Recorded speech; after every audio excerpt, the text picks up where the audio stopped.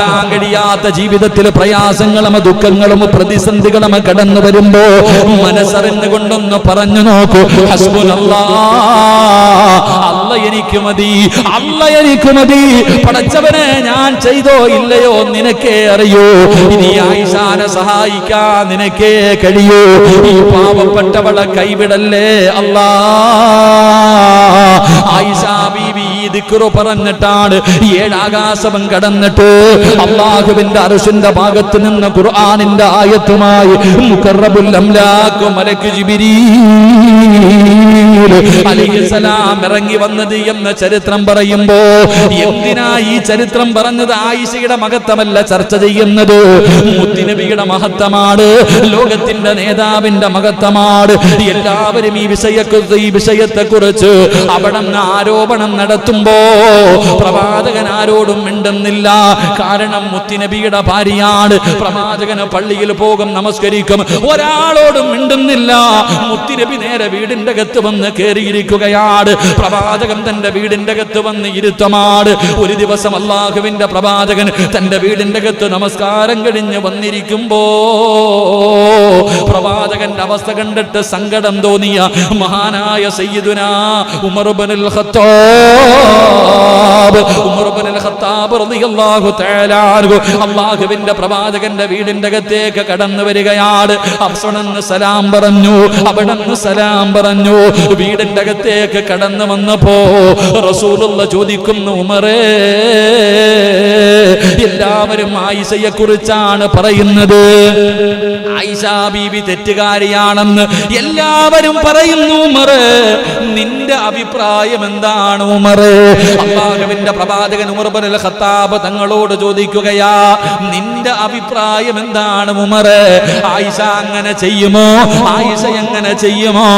യാ റസൂലല്ലാഹ്, ആര് പറഞ്ഞാലും ഞാൻ വിശ്വസിക്കില്ല നബിയേ. ലോകത്തിന് ആരൊക്കെ പറഞ്ഞാലും അങ്ങയുടെ ഭാര്യയായ ആയിഷ ബീവി തെറ്റ് ചെയ്തെന്ന് ഞാൻ വിശ്വസിക്കത്തില്ല നബിയേ. അല്ലാഹുവിന്റെ റസൂല് ചോദിച്ചു, എന്തേ ഉമറേ അങ്ങനെ പറയാനുള്ള കാരണം എന്താ? തെളിവുകൾ മുഴുവനും ആയിഷയ്ക്ക് എതിരല്ലേ, എല്ലാവരും ആയിഷയ്ക്ക് എതിരല്ലേ, പിന്നെ നീ മാത്രം ഇങ്ങനെ ഉറപ്പിച്ചു പറയാനുള്ള കാരണം എന്താ? മഹാനായ സയ്യിദുനാ ഉമർ ഇബ്നുൽ ഖത്താബ് റളിയല്ലാഹു തആല അൻഹു പറഞ്ഞ മറുപടി എന്തെന്നറിയോ? യാ റസൂലല്ലാഹ്, ഒരിക്കൽ അല്ലാഹുവിന്റെ പ്രവാചകനോട് ഉമർ ഇബ്നുൽ ഖത്താബ് തങ്ങൾ ചോദിക്കുന്നു, നബിയേ, എല്ലാവരുടെ ശരീരത്തിലും ഈച്ച വന്നിരിക്കുമല്ലോ. ഉമർ ഇബ്നുൽ ഖത്താബ് തങ്ങൾ പറഞ്ഞു, ആര് പറഞ്ഞാലും ഞാൻ വിശ്വസിക്കത്തില്ല. ആയിഷ ബീവി അങ്ങനെ ചെയ്യില്ല, ആയിഷ ബീവി അങ്ങനെ ഒരിക്കലും ചെയ്യില്ല. കാരണം തെളിവുകളൊക്കെ എതിരല്ലേ ഉമറെ, പിന്നെന്താ ഇങ്ങനെ പറയണേ? ഉമർ ഇബ്നുൽ ഖത്താബ് തങ്ങൾ അവിടെ നിന്ന് തിരിച്ചു പറഞ്ഞതെന്നറിയോ? ഒരിക്കൽ ഉമർ ഇബ്നുൽ ഖത്താബ് റളിയല്ലാഹു തആല അൻഹു അല്ലാഹുവിന്റെ റസൂലിനോട് ചോദിച്ചു, യാ റസൂലല്ലാഹ്, എല്ലാവരുടെ ശരീരത്തിലും ഈച്ച വന്നിരിക്കും, നിങ്ങളുടെ ശരീരത്തിൽ ഇതുവരെ ഈച്ച വന്നിരിക്കുന്നത് ഞങ്ങൾ കണ്ടിട്ടില്ലല്ലോ നബിയേ. അങ്ങയുടെ ശരീരത്തിൽ ഈച്ച വന്നിരിക്കുന്നത് ഞങ്ങൾ കണ്ടിട്ടില്ലല്ലോ നബിയേ. അല്ലാഹുവിന്റെ റസൂല് പറഞ്ഞു, ഉമറേ, ഈച്ച ശുദ്ധിയുള്ള സ്ഥലത്തും നജസുള്ള സ്ഥലത്തും പോയിരിക്കുന്നതാണ്. ഈച്ച എന്ന് പറയുന്ന പ്രാണി ഉണ്ടല്ലോ, അത് നല്ല സ്ഥലത്തും മോശമായ സ്ഥലങ്ങളിലും പോയിരിക്കാറുണ്ട്. അങ്ങനെ മോശമായ സ്ഥലത്ത് പോയിരിക്കുന്ന, നജസിൽ പോയിരിക്കുന്ന ഈച്ച എന്റെ ശരീരത്ത് വന്നിരിക്കുന്നത് അല്ലാഹുവിന് ഇഷ്ടമല്ല ഉമറേ.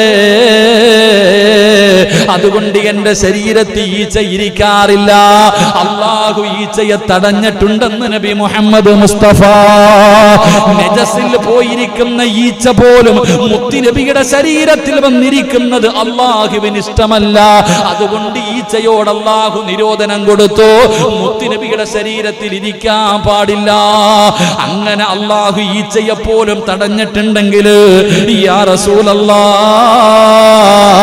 പിന്നെ അങ്ങക്ക് അല്ലാഹു തന്ന ഭാര്യ എങ്ങനെയാ മോശക്കാരിയാകുന്നത്? ഒരു ഈച്ച ഇരിക്കുന്നത് പോലും, നജസിൽപ്പെട്ട ഒരു ഈച്ച അങ്ങയുടെ ശരീരത്തിരിക്കുന്നത് പോലും അല്ലാഹു തടഞ്ഞിട്ടുണ്ടെങ്കിൽ അല്ലാഹു അങ്ങക്ക് തന്ന ഭാര്യ വ്യഭിചരിക്കുമോ നബിയേ? തെറ്റ് ചെയ്യുമോ അതുകൊണ്ട് ഒരിക്കലും ഞാൻ അത് വിശ്വസിക്കില്ല നബിയേ. അല്ലാഹു അങ്ങയെ ശുദ്ധിയാക്കിയിരിക്കുകയാണ്. ഒരു ഈച്ച പോലും അങ്ങയുടെ ശരീരത്തിൽ ഇരിക്കാറില്ല. പിന്നെ ഈ നാട്ടുകാര് ആയിഷ ബീബി പാപം ചെയ്തെന്ന് പറഞ്ഞ ഒരിക്കലും ഈ ഉമർ വിശ്വസിക്കില്ല നബിയേ. ഉമർ ഇബ്നുൽ ഖത്താബ് റളിയല്ലാഹു തആല അൻഹു ഇറങ്ങി പോവുകയാ. റസൂലുള്ളാഹിക്ക് സമാധാനമായി, മുത്തുനബിക്ക് സമാധാനമായി. ആരാ വരുന്നത്? രണ്ടാമത് മഹാനായ സയ്യിദുനാ ഉസ്മാൻ ഇബ്നു അഫ്ഫാൻ. ഉസ്മാൻ റളിയല്ലാഹു തആല അൻഹു അല്ലാഹുവിന്റെ പ്രവാചകന്റെ മുമ്പിലേക്ക് കടന്നു വരികയാണ്. ഒരാളോടും പ്രവാചകന് മിണ്ടുന്നില്ല. മുത്തുനബിക്ക് വല്ലാത്ത വിഷമമാണ്. വീടിന്റെ അകത്തിരിക്കുകയാണ്. ഉസ്മാൻ തങ്ങൾ കടന്നു വന്നു. അവിടങ്ങ് സലാം പറഞ്ഞു. അല്ലാഹുവിന്റെ റസൂൽ ചോദിക്കുന്നു, ഉസ്മാനേ, മുത്തുനബിയുടെ 2 പെൺമക്കളെ വിവാഹം കഴിച്ചു കൊടുത്തല്ലോ. ആ മരുമകനായ ഉസ്മാൻ റളിയല്ലാഹു തആല അൻഹുവിനോട് അല്ലാഹുവിന്റെ റസൂൽ ചോദിക്കുന്നു, ഉസ്മാൻ, എല്ലാവരും ആയിഷയ്ക്ക് എതിരാണ്, തെളിവുകളും എതിരാണ്. നിന്റെ അഭിപ്രായം എന്താണ് ഉസ്മാൻ? എന്റെ ആയിഷയെ കുറിച്ച് നിനക്ക് എന്തേ പറയാനുള്ളത്? യാ റസൂലല്ലാഹ്, ഒരിക്കലും ആയിഷ എങ്ങനെ ചെയ്യില്ല നബിയേ. ആയിഷ ബീവി തെറ്റ് ചെയ്യില്ല. അല്ലാഹുവിന്റെ റസൂൽ ചോദിച്ചു, കാരണമെന്തേ? സല്ലല്ലാഹു അലൈഹി വസല്ലം പ്രവാചകൻ അവിടെന്ന് ചോദിച്ചു, കാരണമെന്തേ? മഹദിയായ ആയിഷ ബീവി എങ്ങനെ തെറ്റ് ചെയ്തിട്ടില്ലെന്ന് പറയാനുള്ള കാരണമെന്താ? ഉസ്മാൻ തങ്ങൾ പറഞ്ഞ മറുപടി എന്തെന്നറിയുമോ? അല്ലാഹുവിന്റെ ഖുർആൻ പറയുകയാണ്, വലാ തഖ്റബു സിനാ ഇന്നഹു കാന ഫാഹിശതൻ വസാഅ സബീലാ. അല്ലാഹുവിന്റെ ഖുർആനിലെ ആയത്താണ്. അല്ലാഹുവിന്റെ ഖുർആനിലെ ആയത്താണ്. വ്യഭിചാരമെന്ന് പറയുന്നത് വളരെ മോശമായ കാര്യമാണ്. എന്നിട്ട് ഉസ്മാൻ തങ്ങൾ പറയുകയാ, അല്ലാഹ് പറഞ്ഞത് എന്തെന്നറിയുമോ? വ്യഭിചരിക്കുന്നവരെ കുറിച്ച് അല്ലാഹു പറഞ്ഞത് വസാഅ സബീലാ. ആ കുടുംബം നിലവാരമില്ലാത്ത കുടുംബമാണെന്നാ ഖുർആൻ പറഞ്ഞത്. ക്വാളിറ്റി കുറഞ്ഞ കുടുംബമാണ്. വ്യഭിചരിക്കുന്ന ഒരു കുടുംബമുണ്ടല്ലോ, ആ കുടുംബത്തിന്റെ ക്വാളിറ്റി കുറവാണെന്ന് അല്ലാഹ് പറഞ്ഞത്. വലാ തഖ്റബു സിനാ ഇന്നഹു കാന ഫാഹിശതൻ വസാഅ സബീലാ. അത് ക്വാളിറ്റി ഇല്ലാത്ത കുടുംബത്തിൽ പിറന്നവരെ അങ്ങനെ ചെയ്യൂ. അല്ലാഹുവിന്റെ റസൂലിനോട് ഉസ്മാൻ തങ്ങൾ ചോദിക്കുന്നു, നബിയേ, ഒരു ക്വാളിറ്റി ഇല്ലാത്ത പെണ്ണിനെ അല്ലാഹു നിങ്ങൾക്ക് ഭാര്യയാക്കി തരുമോ? ആയിഷ ബീവിയെ കല്യാണം കഴിക്കാൻ പറഞ്ഞതാരാ? അല്ലാഹയല്ലേ നബിയെ പറഞ്ഞത്. അങ്ങ് തോന്നിയിട്ട് കെട്ടിയതല്ലല്ലോ. അബൂബക്കർ തങ്ങളെ കെട്ടിച്ചതെന്നതല്ലല്ലോ. അതാ 7 ആകാശം കടന്ന് അല്ലാഹുവിന്റെ അർശിന്റെ ഭാഗത്ത് നിന്ന് മുഖറബുൽ അംലാക്ക് മലക്ക് ജിബ്രീൽ അലൈഹിസ്സലാം എന്നിട്ട് പറഞ്ഞതെന്നതല്ലേ? ആയിഷ ബീവിയെ വിവാഹം കഴിക്കാൻ അല്ലാഹുവല്ലേ പറഞ്ഞത്. അല്ലാഹു തെരഞ്ഞെടുത്ത ഒരു പെണ്ണ് ഇങ്ങനത്തെ തെറ്റ് ചെയ്യുവോ നബിയേ? ഇങ്ങനത്തെ പാപം ചെയ്യുവോ നബിയേ? അതുകൊണ്ട് വസാഅ സബീലാ, ക്വാളിറ്റി ഇല്ലാത്ത കുടുംബത്തിലെ പെണ്ണല്ല ആയിഷ. അല്ലാഹു നിങ്ങൾക്ക് തന്ന പെണ്ണ് ഒരിക്കലും തെറ്റ് ചെയ്യില്ല നബിയേ. മഹാനായ സയ്യിദുനാ ഉസ്മാൻ ഇബ്നു അഫ്ഫാൻ റളിയല്ലാഹു തആല അൻഹു. ഒന്നാമത് വന്ന സഹാബി പറഞ്ഞെന്താ? എല്ലാവരുടെ ശരീരത്തിൽ ഈച്ച വന്നിരിക്കും. ഇരിക്കൂലേ? പിന്നെന്താ മടി? ഇപ്പൊ നോക്കിയാ ചില പാട്ടി ഓടിക്കാം. നമ്മുടെ എല്ലാവരുടെ ശരീരത്തിലും ഈച്ച വന്നിരിക്കും. പക്ഷെ നബി സല്ലല്ലാഹു അലൈഹി വസല്ലമ തങ്ങളുടെ ശരീരത്തിൽ ഈച്ച വന്നിരിക്കാറില്ല. ഒരിക്കൽ ഉമർ ഇബ്നുൽ ഖത്താബ് തങ്ങൾ ചോദിച്ചപ്പോൾ പറഞ്ഞു, അത് നജസിലും ഇരിക്കും, നല്ല സ്ഥലത്തും ഇരിക്കും. അപ്പൊ നജസിലൊക്കെ ഇരിക്കുന്ന ഈച്ച വന്ന് എന്റെ ശരീരത്തിൽ ഇരിക്കുന്നത് അല്ലാഹ്ക്ക് ഇഷ്ടമല്ല. അതുകൊണ്ട് അല്ലാഹ് പറഞ്ഞിട്ടുണ്ട് ഇരിക്കരുതെന്ന് നബി മുഹമ്മദ് മുസ്തഫ സല്ലല്ലാഹു അലൈഹി വസല്ലം. അപ്പൊ ഒരു ഈച്ചയെ പോലും പ്രവാചകന്റെ ശരീരത്ത് വന്നിരിക്കുന്നത് അള്ളാഹുവിന് ഇഷ്ടമല്ലെങ്കിൽ അങ്ങ് കെട്ടിയ പെണ്ണിത് ചെയ്യുവോ നബിയെ? ഞാൻ വിശ്വസിക്കൂല. ഉമർ ഇബ്നുൽ ഖത്താബ് തങ്ങൾ പറഞ്ഞു, ഞാൻ വിശ്വസിക്കില്ല. ഉസ്മാൻ റളിയല്ലാഹു തആല അൻഹുവിനോട് ചോദിച്ചപ്പോൾ ഉസ്മാൻ തങ്ങൾ പറഞ്ഞത്, അല്ലാഹ് പറഞ്ഞല്ലോ, അല്ലാഹയാണല്ലോ പറഞ്ഞത്, വസാഅ സബീല. ഇങ്ങനെ നടക്കുന്ന ആൾക്കാർക്ക് ക്വാളിറ്റി കുറവാ അല്ലേ? അവരുടെ കുടുംബത്തിൽ അത്ര നല്ല പാരമ്പര്യമൊന്നും കാണത്തില്ലല്ലോ. അപ്പൊ അങ്ങളല്ല കെട്ടിയത്, അള്ള പറഞ്ഞിട്ടല്ലേ ആയിഷ ബീവിയെ കല്യാണം കഴിച്ച്. അപ്പൊ അള്ള ഇങ്ങനെ ക്വാളിറ്റി ഇല്ലാത്തൊരു പെണ്ണിനെ നിങ്ങൾക്ക് കെട്ടിച്ചു തരുമോ? ഇല്ലല്ലോ. അതുകൊണ്ട് ഒരിക്കലും ആയിഷ ബീവി അങ്ങനെ ചെയ്യില്ലെന്ന് മഹാനായ സയ്യിദുനാ ഉസ്മാൻ ഇബ്നു അഫ്ഫാൻ റളിയല്ലാഹു. മൂന്നാമതായി കടന്നു വന്നതാരാ? മഹാനായ സയ്യിദുനാ അലി ഇബ്നു അബീ ത്വാലിബ് റളിയല്ലാഹു തആല അൻഹു. അള്ളാഹുവിന്റെ പ്രവാചകന്റെ പ്രിയപ്പെട്ട മരുമകൻ, അള്ളാഹുവിന്റെ റസൂൽ സല്ലല്ലാഹു അലൈഹി വസല്ലമ തങ്ങളുടെ പ്രിയപ്പെട്ട മരുമകൻ ഫാത്തിമ ബീവി റളിയല്ലാഹു തആല അൻഹയുടെ ഭർത്താവ് അലി ഇബ്നു അബീ ത്വാലിബ് റളിയല്ലാഹു തആല അൻഹുവാണ് വീട്ടിലേക്ക് കടന്നു വരുന്നത്. അള്ളാഹുവിന്റെ റസൂൽ ചോദിച്ചു, അലിയേ, നിന്റെ അഭിപ്രായം എന്താണ്? ആയിഷ ബീവിയെ കുറിച്ച് നിനക്കെന്തേ പറയാനുള്ളത്? ആയിഷ ബീവി തെറ്റ് ചെയ്തെന്ന് നീ വിശ്വസിക്കുന്നുണ്ടോ? മഹാനായ അലി ഇബ്നു അബീ ത്വാലിബ് റളിയല്ലാഹു തആല അൻഹു പറയുകയാണ്, യാ റസൂലല്ലാഹ്, ഒരിക്കലും ഞാൻ വിശ്വസിക്കില്ല നബിയേ, ഒരിക്കലും ഞാൻ വിശ്വസിക്കില്ല നബിയേ. കാരണം എന്തേ അലിയേ? കാരണം എന്തേ അലിയേ? അലി ഇബ്നു അബീ ത്വാലിബ് റളിയല്ലാഹു തആല അൻഹു പറയുകയാണ്, ഒരു ദിവസം അല്ലാഹുവിന്റെ പ്രവാചകൻ സല്ലല്ലാഹു അലൈഹി വസല്ലമ തങ്ങൾ നമസ്കരിക്കാൻ നിൽക്കുമ്പോ പെട്ടെന്ന് ചെരുപ്പൂരിയിട്ട് മാറ്റിയിടുകയാണ്. പെട്ടെന്ന് കാലിൽ കിടന്ന ചെരുപ്പെടുത്ത് വെളിയിൽ കൊണ്ടുവന്നിടുകയാണ്. അലിയാര് തങ്ങൾ ചോദിച്ചു, യാ റസൂലല്ലാഹ്, എന്തിനാ നബിയെ പെട്ടെന്ന് ചെരുപ്പെടുത്ത് വെളിയിൽ കൊണ്ടിട്ടത്? എന്തുകൊണ്ടാണ് കാലിൽ കിടന്ന ചെരുപ്പെടുത്ത് വെളിയിൽ കൊണ്ടുപോയിട്ടത്? അള്ളാന്റെ റസൂല് പറഞ്ഞു, അലിയേ, മുഖറബുൽ അംലാഖ് മലക്ക് ജിബ്രീൽ അലൈഹിസ്സലാം ഇറങ്ങി വന്നിട്ട് എന്നോട് പറഞ്ഞു, റസൂലുള്ളാഹിന്റെ കാലിൽ കിടക്കുന്ന ചെരുപ്പിന്റെ അടിയിൽ നജസിരിപ്പുണ്ട്. അല്ലാഹുവിന്റെ പ്രവാചകൻ സല്ലല്ലാഹു അലൈഹി വസല്ലമ തങ്ങളുടെ കാലിന്റെ അടിയിൽ കാലിലിട്ടിരിക്കുന്ന ചെരുപ്പുണ്ടല്ലോ, ആ ചെരുപ്പിന്റെ അടിയിൽ നജസുണ്ട്, അത് വെളിയിൽ കൊണ്ടുപോയിട് നബിയേ എന്ന് ജിബ്രീൽ വന്ന് പറഞ്ഞത് കാരണമാണ് ഞാൻ ചെരുപ്പെടുത്ത് വെളിയിലിട്ടതെന്ന് മുത്തുനബി പറയുമ്പോ അലിയാര് തങ്ങൾ ചോദിക്കുന്നു, യാ റസൂലല്ലാഹ്, അങ്ങയുടെ കാലിൽ കിടക്കുന്ന ചെരുപ്പിന്റെ അടിയിലിരിക്കുന്ന നജസ് പോലും അള്ളാന്റെ മലക്കുകൾ വന്ന് പറഞ്ഞു തരുന്നുണ്ടെങ്കിൽ അങ്ങയുടെ കാലിൽ കിടക്കുന്ന ചെരുപ്പിന്റെ അടിയിലിരിക്കുന്ന നജസ് പോലും അള്ളാഹുവിന് ഇഷ്ടമില്ലെങ്കിൽ യാ റസൂലല്ലാഹ്, അങ്ങയുടെ അള്ളാഹു അങ്ങയ്ക്ക് തന്ന ഭാര്യ വ്യഭിചരിക്കുവോ നബിയേ? പാപം ചെയ്യുവോ നബിയേ? തെറ്റുകാരിയാകുമോ നബിയേ? ഒരിക്കലും ഞാൻ വിശ്വസിക്കില്ല നബിയേ. അല്ലാഹുവിന്റെ പ്രവാചകൻ സല്ലല്ലാഹു അലൈഹി വസല്ലമ തങ്ങളോട് അലി ഇബ്നു അബീ ത്വാലിബ് റളിയല്ലാഹു തആല അൻഹു പറഞ്ഞു കൊടുക്കുമ്പോ മുത്തുനബി ആരാണെന്ന് പഠിച്ചോ, അല്ലാഹുവിന്റെ റസൂൽ ആരാണെന്ന് പഠിച്ചോ. സാധാരണ മനുഷ്യനാണെന്ന് പറയുന്ന പുത്തൻവാദികളോട് അല്ലാഹുവിന്റെ റസൂൽ ആരെന്നറിയോ? മഹാനായ നബി മുഹമ്മദ് മുസ്തഫ സല്ലല്ലാഹു അലൈഹി വസല്ലമ തങ്ങൾ ഒരു ചരിത്രം പറഞ്ഞുകൊണ്ട് ദുആ ചെയ്യാ, ഒരു ചരിത്രം പറഞ്ഞുകൊണ്ട് ദുആ ചെയ്യാ.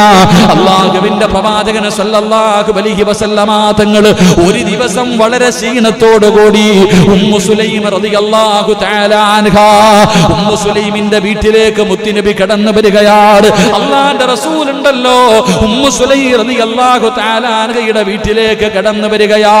പ്രവാചകന് വല്ലാത്ത ക്ഷീണത്തിലാണ്. അത് കണ്ട ഉടനെ അവിടുന്ന് കഴിക്കാൻ ഭക്ഷണം കൊടുത്തു.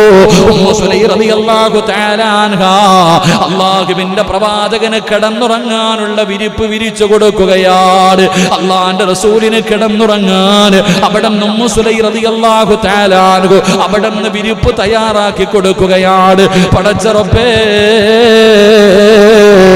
ലോകത്തിന്റെ നേതാവ് കിടക്കുകയാണ്. വല്ലാത്ത ക്ഷീണമാണല്ലോ. മുത്തുനബി അവിടെ കിടന്നുറങ്ങുകയാ. അല്ലാഹുവിന്റെ റസൂൽ അവിടെ കിടന്നു ഉറങ്ങുകയാണ്. ആരാണെന്ന് പഠിക്കോ മനുഷ്യ, കരളിന്റെ കഷ്ടം ആരാണെന്ന് പഠിക്കോ, നമ്മുടെ മുത്തുനബിയുടെ മഹത്വം എന്തെന്ന് പഠിക്കോ, ആ പ്രവാചകൻ ആരായിരുന്നു എന്ന് പറഞ്ഞു കൊടുക്കോ. റസൂലുള്ളാഹി തങ്ങൾ കിടന്നുറങ്ങുമ്പോ ഉമ്മു സുലൈം റളിയല്ലാഹു തആല അൻഹ അവിടെ അടുത്ത് പോയിരിക്കുകയാണ്. വല്ലാതെ ഉറങ്ങിക്കിടക്കുന്ന പ്രവാചകനുണ്ടല്ലോ. ഫസ്തൈഖല റസൂലുള്ളാഹ് മുത്തുനബി ഞെട്ടിയങ്ങുണരുകയാണ്, ഉറക്കത്തിൽ നിന്ന് ഞെട്ടി ഉണരുകയാണ്. അല്ലാഹുവിന്റെ റസൂൽ ഞെട്ടി ഉണരുമ്പോ അല്ലാഹ് കാണുന്ന കാഴ്ച എന്തെന്നറിയോ? ഉമ്മു സുലൈം റളിയല്ലാഹു തആല അൻഹ ഒരു കുപ്പി എടുത്തുകൊണ്ട് മുത്തുനബിയുടെ ചാരത്തിരിക്കുകയാ. അല്ലാഹുവിന്റെ റസൂലിന്റെ ചാരത്ത് ഉമ്മു സുലൈം റളിയല്ലാഹു തആല അൻഹ ഇരിക്കുകയാണ്. റസൂലുള്ളാഹി ഞെട്ടി ഉണർന്നിട്ട് ചോദിക്കുകയാ, എന്ത് ചെയ്യുകയാ? അവിടെന്ന് ചോദിക്കുകയാണ്, അല്ലാഹുവിന്റെ റസൂല് ചോദിക്കുകയാ, മാദാക തസ്തഈനു യാ ഉമ്മു സുലൈം റളിയല്ലാഹു തആല അൻഹ റസൂലുള്ളാഹിയുടെ മുന്നിൽ കുപ്പിയും പിടിച്ചുകൊണ്ടിരിക്കുകയാണ്. റസൂലുള്ളാഹി ചോദിക്കുന്നു, നീ എന്ത് ചെയ്യുകയാ? അല്ലാഹുവിന്റെ പ്രവാചകന്റെ ശരീരത്തിൽ നിന്ന് വിയർപ്പ് തുള്ളികൾ ഇങ്ങനെ താഴേക്ക് വീഴുമ്പോ ഉമ്മു സുലൈം റളിയല്ലാഹു തആല അൻഹ അതിങ്ങനെ കുപ്പിയിൽ ശേഖരിക്കുകയാണ്. അല്ലാഹുവിന്റെ റസൂലിന്റെ ശരീരത്തിൽ നിന്ന് വീഴുന്ന ആ വിയർപ്പ് തുള്ളികളുണ്ടല്ലോ, അതിങ്ങനെ കുപ്പിക്കകത്ത് ഇങ്ങനെ നിറച്ചുകൊണ്ടിരിക്കുകയാ. മുത്തുനബി ചോദിക്കുന്നു, ഉമ്മു സുലൈം നീ എന്താ ചെയ്യുന്നത്? നീ എന്താണ് കാണിക്കുന്നത്? അവിടെന്ന് പറഞ്ഞ മറുപടി എന്തെന്നറിയുമോ? അവിടെന്ന് പറയുകയാ, പറക്കത്തക്ക യാ റസൂലല്ലാഹ്, പറക്കത്തെടുക്കുകയാ നബിയേ, പറക്കത്തെടുക്കുകയാ നബിയേ. മുത്തുനബിയുടെ ശരീരത്തിൽ നിന്ന് താഴെ വീടുന്ന വിയർപ്പ് തുള്ളികൾ അവിടെന്ന് കുപ്പിയിൽ ഇങ്ങനെ നിറയ്ക്കുകയാണ്. അവിടെന്ന് പറഞ്ഞ മറുപടി എന്തെന്നറിയോ? യാ റസൂലല്ലാഹ്, ലോകത്തിലെ ഏറ്റവും വലിയ സുഗന്ധം ഇതല്ലേ നബിയേ? ലോകത്തിലെ ഏറ്റവും വലിയ സുഗന്ധം ഈ വിയർപ്പ് തുള്ളികളല്ലേ നബിയേ? ഇതിനേക്കാളും സുഗന്ധമുള്ള എന്താ ഈ പ്രപഞ്ചത്തിലുള്ളത്? അങ്ങയുടെ വിയർപ്പ് തുള്ളിക്ക് എന്തൊരു സുഗന്ധമാ നബിയേ. ഞാൻ തേക്കുന്നത് ഇതാണ് നബിയേ. ഞാനും എന്റെ കുടുംബവും സുഗന്ധമായിട്ട് ഉപയോഗിക്കുന്നത് അങ്ങയുടെ ശരീരത്തിൽ നിന്ന് താഴെ വീടുന്ന വിയർപ്പ് തുള്ളികളാ നബിയേ. ബർക്കത്തക യാ റസൂലല്ലാഹ്, ബർക്കത്തെടുക്കുകയാ നബിയേ. എന്നിട്ട് പറഞ്ഞ മറുപടി എന്തെന്നറിയുമോ? ഹാദാ ദവാഉ സിബിയാൻ, എന്റെ മക്കൾക്ക് രോഗം വന്നാൽ, എന്റെ മക്കൾക്ക് എന്തെങ്കിലും രോഗം വന്നാ അവർക്ക് കൊടുക്കുന്ന മരുന്നാണ് നബിയേ. എന്റെ മക്കൾക്ക് എന്തെങ്കിലും രോഗം വന്നാൽ അവരുടെ രോഗം മാറ്റാൻ എന്റെ മക്കൾക്ക് കൊടുക്കുന്ന മരുന്നേതെന്നറിയോ? എന്റെ മക്കൾക്ക് കൊടുക്കുന്ന മരുന്നേതെന്നറിയോ? യാ റസൂലല്ലാഹ്, അങ്ങയുടെ ശരീരത്തിൽ നിന്ന് ഒലിച്ചിറങ്ങുന്ന ഈ വിയർപ്പ് തുള്ളികളാണ് നബിയേ. എന്റെ പ്രിയപ്പെട്ട മുസ്ലിമേ, നിന്റെ നേതാവാരെന്ന് മനസ്സിലായോ? അവിടുന്ന് ശരീരത്തിൽ നിന്ന് വീഴുന്ന വിയർപ്പ് തുള്ളിക്ക് പോലും വല്ലാത്ത സുഗന്ധമാ. മഹാനായ അനസ് റളിയല്ലാഹു തആല അൻഹു പറയുകയാണ്, അല്ലാഹുവിന്റെ പ്രവാചകന്റെ ഔറത്തുണ്ടല്ലോ, ലോകത്തിന്റെ നേതാവിന്റെ ഔറത്തുണ്ടല്ലോ, ലോകത്ത് ഒരു മനുഷ്യനും കണ്ടിട്ടില്ല, ലോകത്ത് ഒരാൾ പോലും കണ്ടിട്ടില്ല.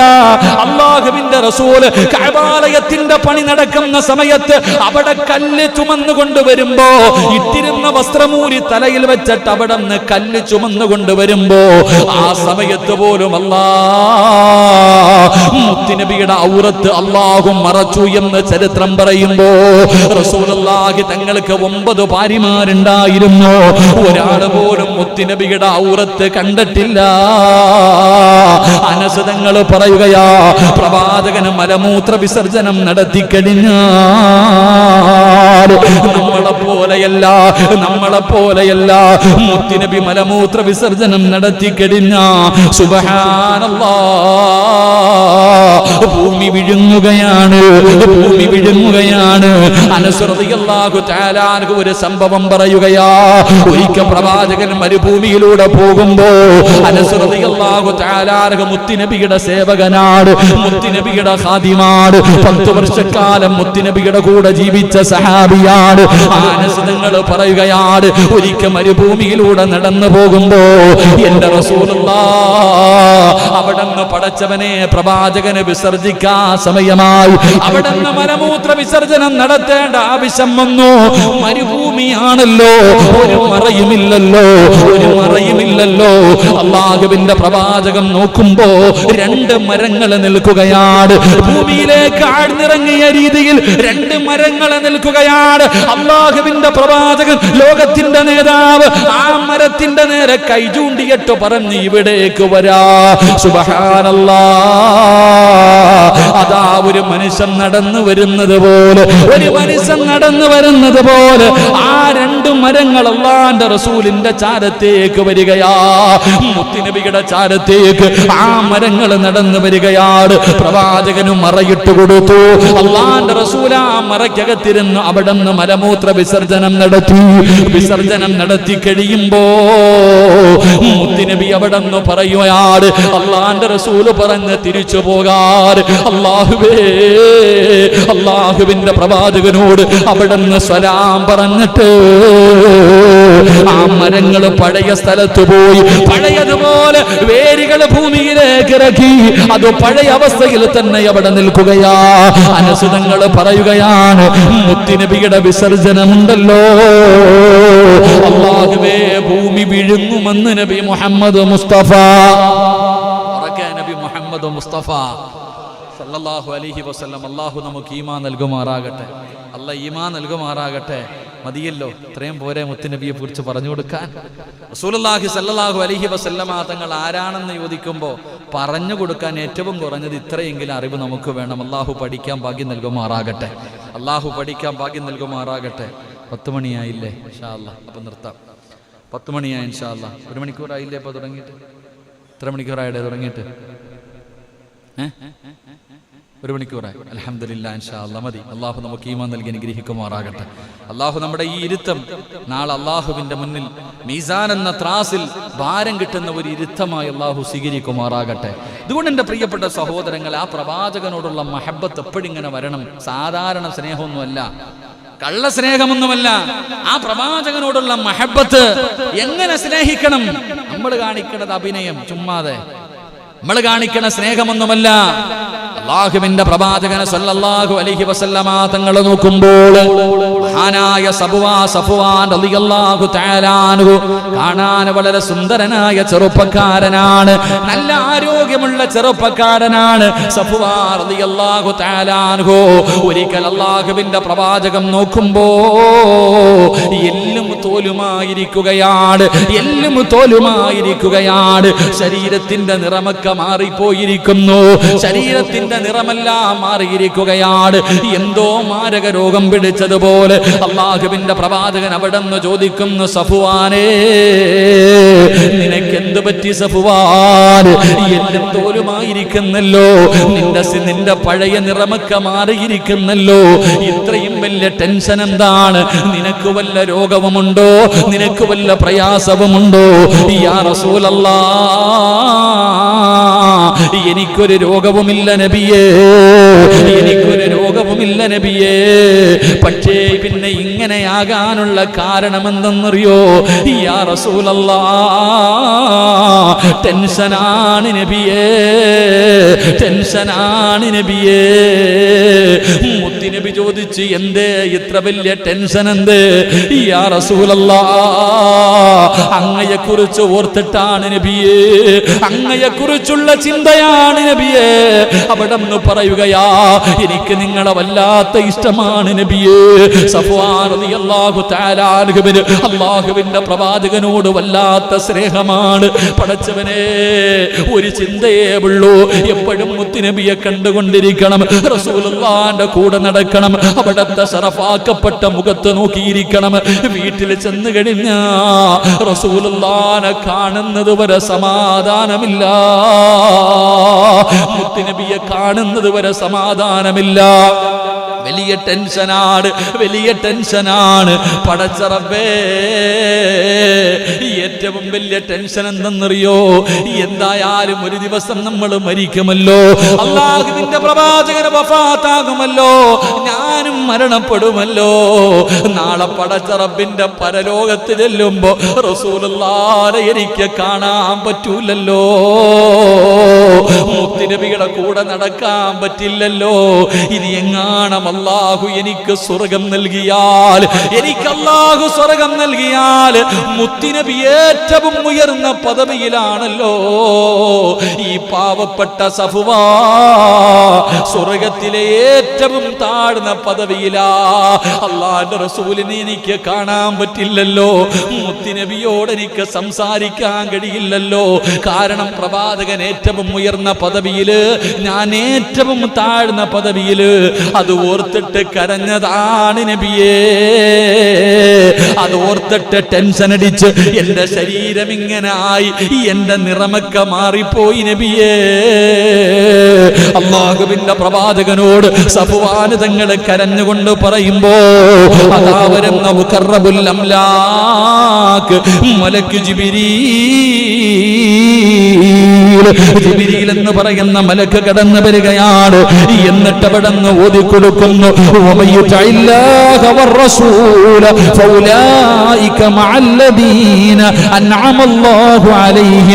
മിനൻ നബിയ്യീന വസ്സിദ്ദീഖീന വശുഹദാഇ വസ്സാലിഹീൻ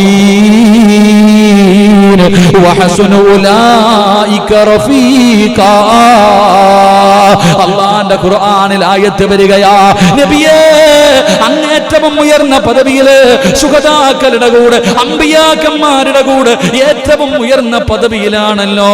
ഞാനങ്ങ് അടിത്തട്ടിലാണല്ലോ, എനിക്ക് കാണാൻ പറ്റില്ലല്ലോ, കൂടെ നടക്കാൻ പറ്റില്ലല്ലോ, അങ്ങയോട് സംസാരിക്കാൻ കഴിയില്ലല്ലോ. അതോർത്തിട്ടാണ് കരയുന്നതെന്ന് പറയുമ്പോ അല്ലാഹ് പറയുകയാ, അല്ലാഹ് പറയുകയാ, الذين أنعم الله عليهم من النبيين والصديقين والشهداء والصالحين. മുത്തുനബിയെ സ്നേഹിക്കുന്നവരെ, നിങ്ങൾ സ്വർഗത്തിന്റെ അടിത്തട്ടിലല്ല, നിങ്ങളുടെ സ്വർഗത്തിന്റെ അടിത്തട്ടിലല്ല. അല്ലാഹുവിന്റെ പ്രവാചകന്മാർ, അവിടുത്തെ കുടുംബമുണ്ടല്ലോ, അവിടുത്തെ ശുഹദാക്കളുണ്ടല്ലോ, അവിടുത്തെ സ്വഹാബത്തുണ്ടല്ലോ, അവിടുത്തെ താബീങ്ങളുണ്ടല്ലോ, അവിടുത്തെ സ്വാലിഹീങ്ങളുണ്ടല്ലോ. നിങ്ങൾക്ക് നാളെ അവരോടൊപ്പം ഒരുമിച്ച് കൂടാൻ കഴിയും. നാളെ മുത്തുനബിയുടെ കൂടെ സ്വർഗത്തിലും മുത്തുനബിയുടെ ചാരത്ത് നടക്കാൻ നിങ്ങൾക്ക് അവസരമുണ്ടെന്ന് അല്ലാഹുവിന്റെ ഖുർആൻ പറയുമ്പോ റസൂലുള്ളാഹി പറയുകയാ, നിങ്ങൾ ആരെയാണോ ഇഷ്ടപ്പെടുന്നത് നാളെ അവരുടെ കൂടെയാണെന്ന് ആദരവായ പ്രവാചകൻ നബി മുഹമ്മദ് മുസ്തഫ സല്ലല്ലാഹു അലൈഹി വസല്ലം.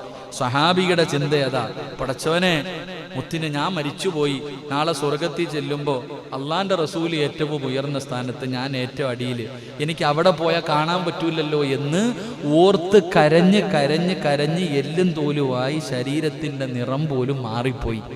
സുബ്ഹാനല്ലാഹ്.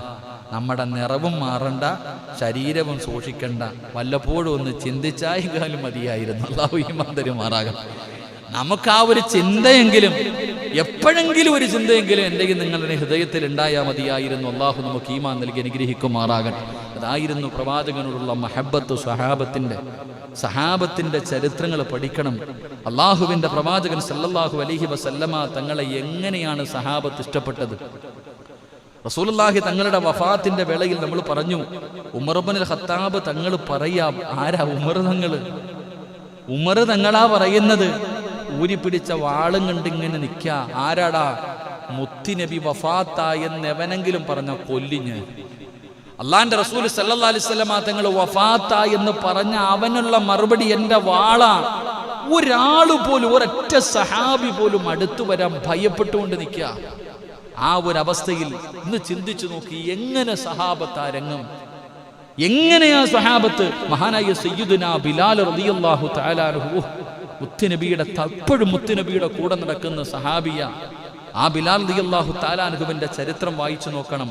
മുത്തുനബിയുടെ വഫാത്തിന് ശേഷം ബിലാൽ തങ്ങൾ നാട് വിട്ട് തന്നെ പോയി. കാരണം എന്തെന്നറിയോ?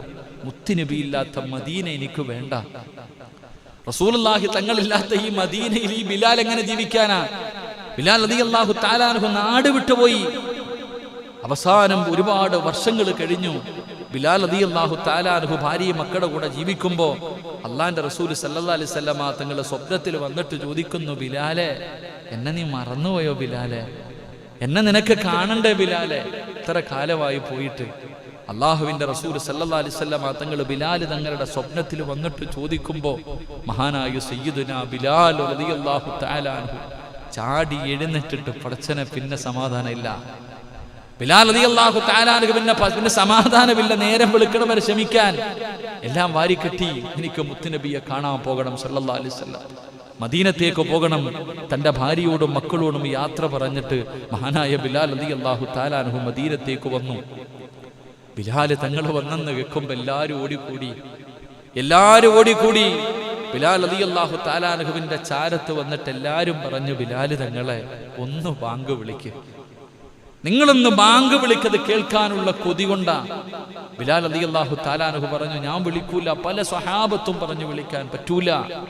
അവസാനം മഹാനായ നബി മുഹമ്മദ് മുസ്തഫ സല്ലല്ലാഹു അലൈഹി വസല്ലമ തങ്ങളുടെ തോളത്ത് കിടന്ന് കളിച്ച് ചിരിച്ച് നടന്ന മക്കളാ ഹസനും ഹുസൈൻ റളിയല്ലാഹു തആല അൻഹുമ രണ്ടുപേരും കൂടെ വന്നിട്ട് ബിലാൽ തങ്ങളുടെ കയ്യിൽ പിടിച്ചിട്ട് പറഞ്ഞു, ഒന്ന് വിളിക്ക് തങ്ങളെ. ബിലാൽ തങ്ങളുടെ കയ്യിൽ പിടിച്ചിട്ട് പറഞ്ഞു, ഒന്ന് വിളിക്ക് തങ്ങളെ. ബിലാൽ തങ്ങൾക്ക് പറ്റില്ല എന്ന് പറയാൻ കഴിയില്ല. കാരണം മുത്തുനബിയുടെ കൊച്ചുമക്കളാ പറയുന്നേ. മഹാമഹദിയായ ഫാത്തിമ ബീവി റളിയല്ലാഹു തആല അൻഹയുടെ മക്കളാ പറയണേ. എങ്ങനെ നിരസിക്കാനാ? അഹ്ലു ബൈത്തിന്റെ വാക്കല്ലേ. ഇന്നും അങ്ങനെ തന്നെയാ സഹോദരങ്ങളെ. തങ്ങന്മാരുടെ വാക്ക്, സയ്യിദന്മാരുടെ വാക്ക്, അതങ്ങനെ അഹ്ലു ബൈത്തിന്റെ വാക്ക്. എല്ലാരും പറഞ്ഞു, ബിലാൽ തങ്ങൾ നിരസിച്ചു. പക്ഷേ ഹസനും ഹുസൈൻ റളിയല്ലാഹു തആല അൻഹുമ രണ്ട് മക്കളും അവിടെ നിന്ന് പറഞ്ഞപ്പോ ബിലാൽ തങ്ങൾക്ക് സഹിക്കാൻ, അവിടെ നിന്ന് നിരസിക്കാൻ കഴിഞ്ഞില്ല. മസ്ജിദ് നബവിയിൽ കയറി നിന്നിട്ട് ബാങ്ക് വിളിക്കാൻ തുടങ്ങി. ബിലാൽ റളിയല്ലാഹു തആല അൻഹു അവിടെ നിന്ന് ബാങ്ക് വിളിക്കാൻ തുടങ്ങി. അല്ലാഹു അക്ബർ, അല്ലാഹു അക്ബർ. പടച്ചവരെ, മസ്ജിദ് നബവിയിൽ നിന്ന് ബാങ്കിന്റെ ശബ്ദം അങ്ങ് കേൾക്കുമ്പോ സുബ്ഹാനല്ലാഹ്, മദീനയിലെ വീടുകളിൽ നിന്ന് ഇറങ്ങാൻ തുടങ്ങി. മദീന നിവാസികളുണ്ടല്ലോ, പ്രായമുള്ളവരും രോഗം പിടിച്ച് കിടന്നവരും ആണും പെണ്ണുമെല്ലാം ബിലാൽ തങ്ങളുടെ വിളിയങ്ങ് കേട്ടപ്പോ, ബിലാൽ തങ്ങളുടെ മനോഹരമായ ബാങ്ക്. ഇന്നും എന്റെ പ്രിയപ്പെട്ടവരെ, അല്ലാഹുവേ, കഅബാലയത്തിലെ ബാങ്കുണ്ടല്ലോ, മസ്ജിദ് നബവിയിലെ ബാങ്കുണ്ടല്ലോ, കേൾക്കുമ്പോ മനസ്സിനെന്ത് കുളിർമയെന്നറിയുവോ? ബിലാൽ തങ്ങൾ ബാങ്കങ്ങ് വിളിക്കാൻ തുടങ്ങുമ്പോ മദീന നിവാസികൾ മുഴുവനും ഇറങ്ങി ഓടുകയാണ്. പെട്ടെന്ന് അവർക്ക് മുത്തുനബിയെ ഓർമ്മ വന്നു, അള്ളാന്റെ റസൂലിന്റെ കാലഘട്ടം ഓർമ്മ വന്നു. ബിലാലിന്റെ ശബ്ദം കേൾക്കുമ്പോ എല്ലാവരും ഇറങ്ങി മസ്ജിദ് നബവിയിലേക്ക് ഓടുകയാണ്. ബിലാൽ തങ്ങൾ വിളിക്കുന്നു, അഷ്ഹദു അല്ലാ ഇലാഹ ഇല്ലല്ലാഹ്. അവിടുന്ന് ബാങ്കിങ്ങനെ വിളിക്കുകയാണ്. പടച്ചുറപ്പേ, ബിലാൽ തങ്ങൾ വിളിക്കുന്നു, അഷ്ഹദു അന്ന മുഹമ്മദുർ റസൂലുള്ളാഹ്.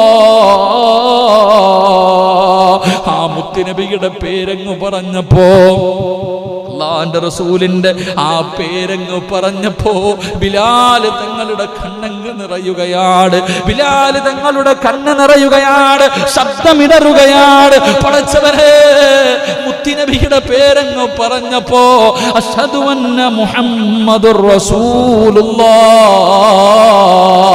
പിന്നെ ബിലാൽ തങ്ങളുടെ നാവ് പൊങ്ങുന്നില്ല.